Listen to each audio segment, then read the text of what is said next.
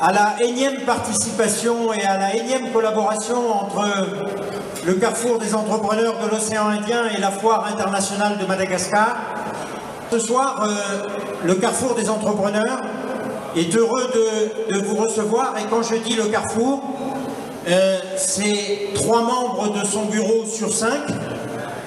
Ça a pour objectif de comprendre ce qui se passe dans l'océan Indien, de développer les affaires dans l'océan Indien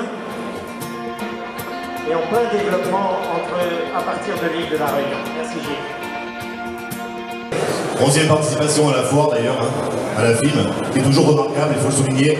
Moi je le dis effectivement, je l'ai dit l'année dernière, mais je le redis cette année, la qualité des stands, bravo, bravo aux entreprises malgaches.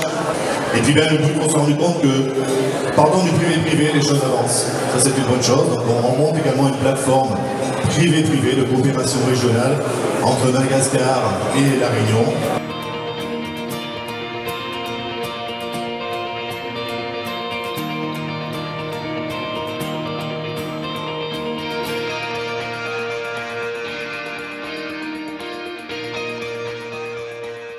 Et je vais parler de Madagascar en particulier. Nous avons donc à bâtir ensemble un partenariat qui soit un peu nouveau, mais si on reprend bien un peu l'histoire économique de cette division internationale du travail, il faut peut-être la penser au niveau régional et utiliser les complémentarités qui existent entre nos 2 îles.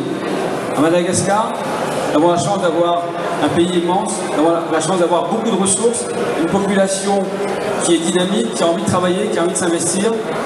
Et nous, à La Réunion, nous avons également, face à cela, un savoir-faire, une technologie, des entreprises qui veulent aller de l'avant, qui sont touchées de plein fouet par la crise et qui ont des ressources également à partager.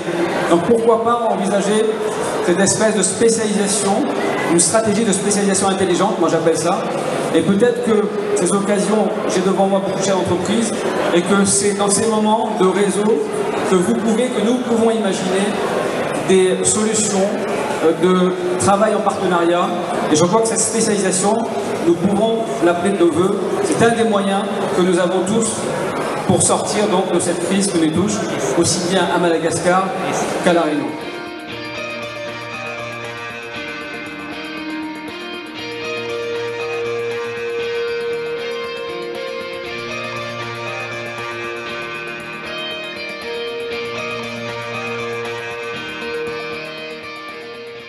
Enfin devenir un nouveau tigre d'Asie.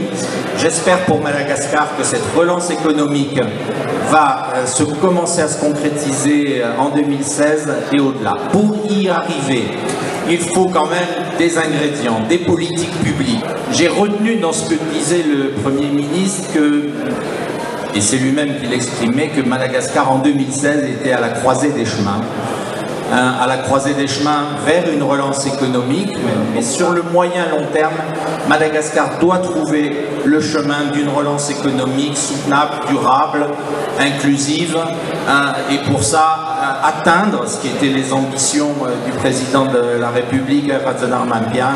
Et donc je vais demander, pour représenter l'île Maurice et pour nous parler un petit peu de la coopération entre l'île Maurice et le reste de l'océan Indien, je vais vous demander d'écouter Catherine Mitten. Maurice reste la plateforme privilégiée pour investir en Afrique.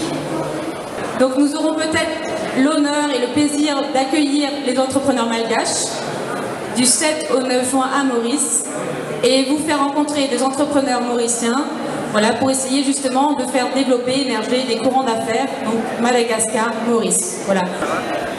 Ce soir, nous allons signer la convention avec le club des entrepreneurs étudiants, le CEERE, avec sa présidente, Madame Miu Rasulunjatu. Et notre principale mission, c'est la promotion de l'entrepreneuriat au niveau des jeunes. Les membres de diaspora malgache à Paris souhaiteraient vraiment revenir à Madagascar pour apporter leur part de, comment dire en malgache, leur part de briques. Hein?